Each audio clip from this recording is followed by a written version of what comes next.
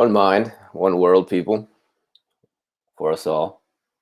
Shout out to ANC Report for my wallpaper. You can kind of see the logo there. I just want to do a quick video on my thoughts on Miss Giuffre's narrative prose, because it was very long, 24 chapters, and probably at least 100 pages, I would imagine. I didn't actually count them, but it was, I think very enlightening to learn about what she went through from her perspective. She certainly was emotionally manipulated, abused, both physically and sexually, of course, by not only this guy, but also other people as well, right? Like the um, the head of the Hilton hotels at the time, back when she met him in Saint Tropez in France. Actually, that was actually the party that she met Naomi Campbell at, right? That was that same party with all the models and the rich guys. So that was interesting. Other stuff that I thought was interesting. Ghislaine Maxwell gave a blowjob to George Clooney, and she was like bragging about it. This woman's mouth was doing things to Mr. Clooney. So that was quite quite enlightening, entertaining. I'm not really sure what the word is, but shocking maybe is probably the best word. And other things that really stuck out for me, just the other famous people that kind of popped out that you wouldn't have expected, like Matt Groening, who was the creator of the creator of The Simpsons. Got a massage, a foot massage, I believe it was, from Virginia. Nothing more, just a foot massage. And apparently his feet are quite nasty, or they're, at least at the time, they were. So yeah, just learning about these other famous people that you don't really or haven't heard about quite as much in the news, and of course Mr. Clinton as well, with those two girls on the island, which we all kind of knew what was happening there. But now I guess this is just more proof for the population at large. But I do want to, and I thought, actually about not making this video for this particular reason, but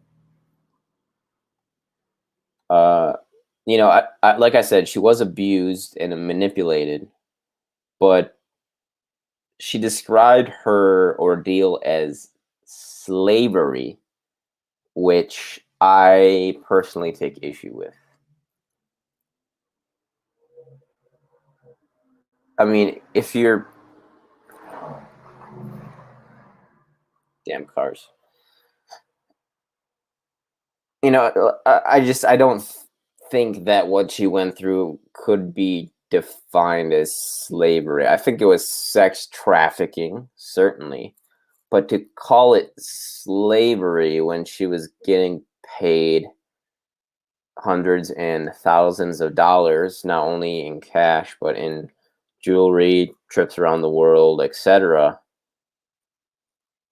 I mean, I don't think I'm being radical here when I say that is. Look at me fiddling with this. Yeah, I don't think I'm being radical when I say that's not slavery. I mean, the slaves don't get compensated. That's kind of the definition of slavery. And if you were to ask me, what would I rather do, be a paid, basically a prostitute, or like a literal slave, like in Libya or like in the Deep South back in the day here in this country, I would take the prostitution if I had to choose the paid prostitution.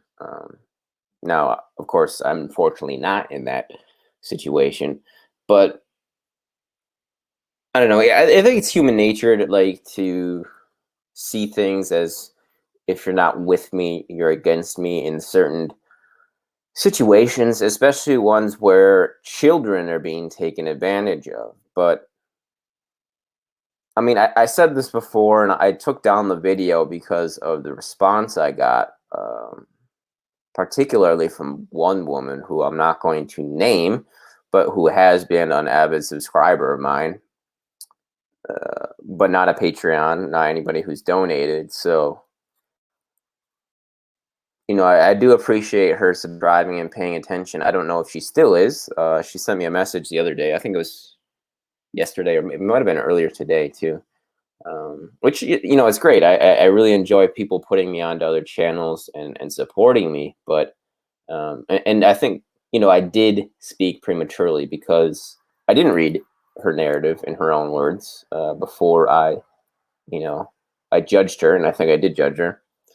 But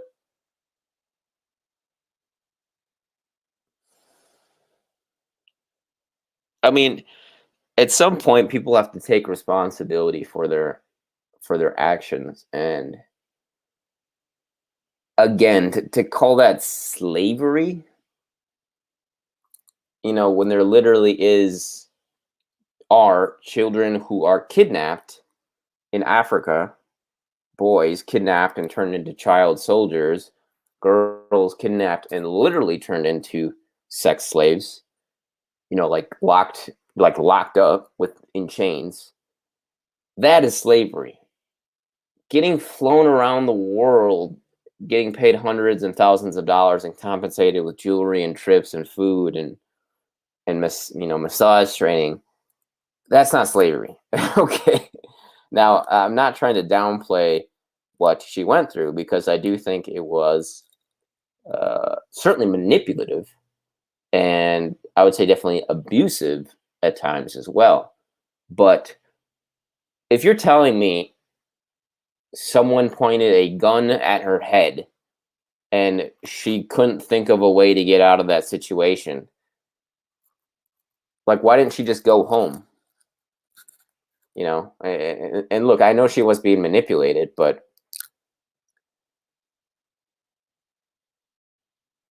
I mean, I don't know if we're giving her enough credit for autonomy and intelligence, insofar as, again, if her life was literally on the line, I think she could have gotten out of that situation. And I know people don't want to hear that, and I may get a huge negative reaction yet again, particularly from, I think, women who listen to me. But again, I'm not saying she wasn't abused or manipulated, but you know, she wasn't mentally ill, as far as I can tell. She doesn't have mental problems that are, and by what I mean by that is, I don't mean the trauma she went through, right? Because she did, you know, go through trauma, which affects people mentally. What I mean is, she's not a dumb person, as far as I can tell. She's not mentally challenged. You know, her IQ is not 70. She doesn't have paranoid schizophrenia, as far as I know. She is not a psychotic, as far as I know. So, you know, I do, you know, I think that some level of, you know, once you reach a certain age, and I think for everybody it's different, but just speaking for myself, I was 17 and a senior in high school when I started to realize the absurdity of uh, just high school in general, and listening to some of the adults, most of the adults that work in high schools, they're just not that intelligent people. Excuse me, particularly administration. I find administrative uh, educational workers to be some of the dumbest people I've ever encountered, IQ wise. I mean, they're good at politicking. That's kind of the nature of their job, right? And you know, it's unfair in a way, the world, that in so far as, you know, administrators get paid so much, and people who actually have skills, teachers, professors, don't get paid as much as administrators who are often just sociopaths who are good at manipulating people. But I'm on a tangent here. But my point was, that was when I kind of started to realize that, wow, I'm more intelligent than adults. Like, and you start to question, like, well, they probably actually, they don't know what's best for me necessarily, and maybe it's different for everybody, of course, but I mean, she had the ability to go home, as far as I know, back to her family, which, child soldiers in Africa, they don't have that choice. I read this story about one guy, though. He was a boy who got kidnapped. I think it was in Somalia. And what they do is they kidnap boys and then they bring them to their farms and stuff to make them work. So they don't know where they are, really. And they're always under watch. And this boy, the very first time they let him go to the market by himself, he went back home. He escaped.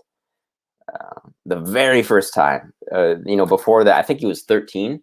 He got kidnapped when he was like 5 or 6 or 7. And, up until then, he was basically a slave, right? Working for these people. And they never let him out of their sight. And the one time they did, he escaped and he went back home. I mean, he knew exactly how to get back home. He didn't forget. But, again, that is slavery, right? A woman in chains or a child in chains in a basement who's a sex slave, that is slavery.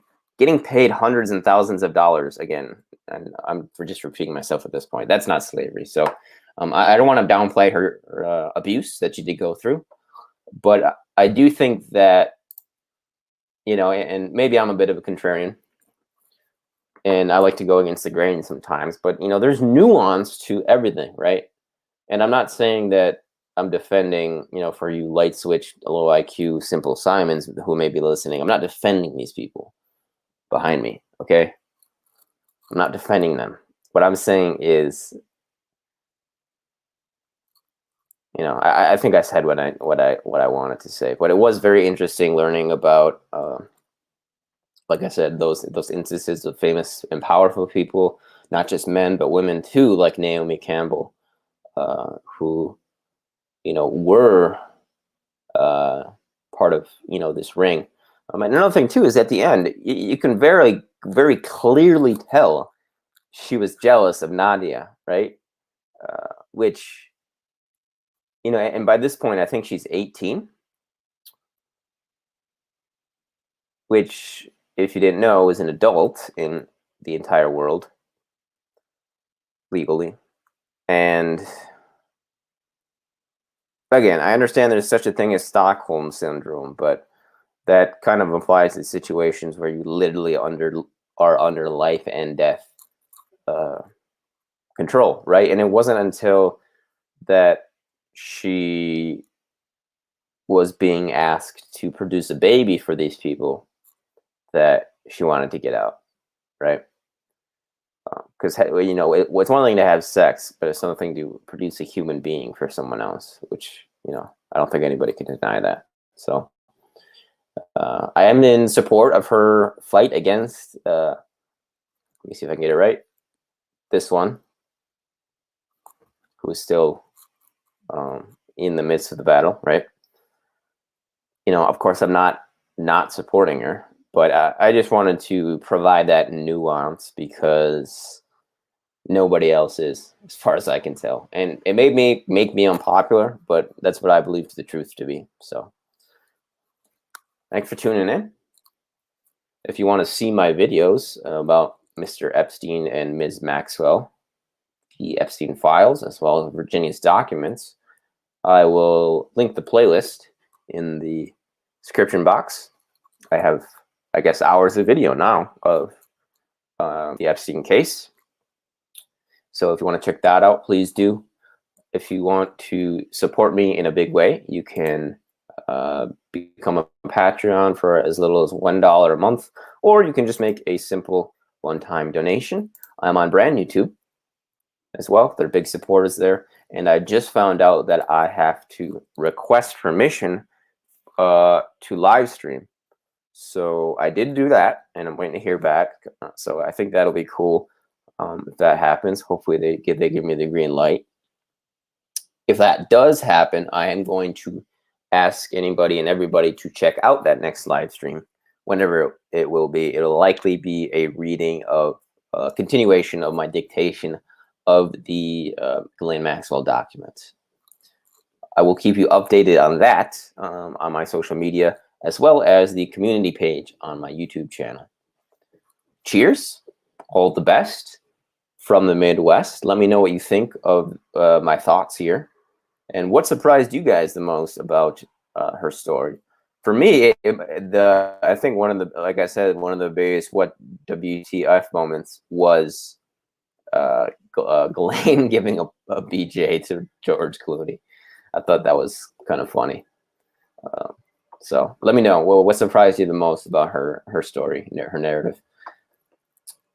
Stay frosty, and until next time.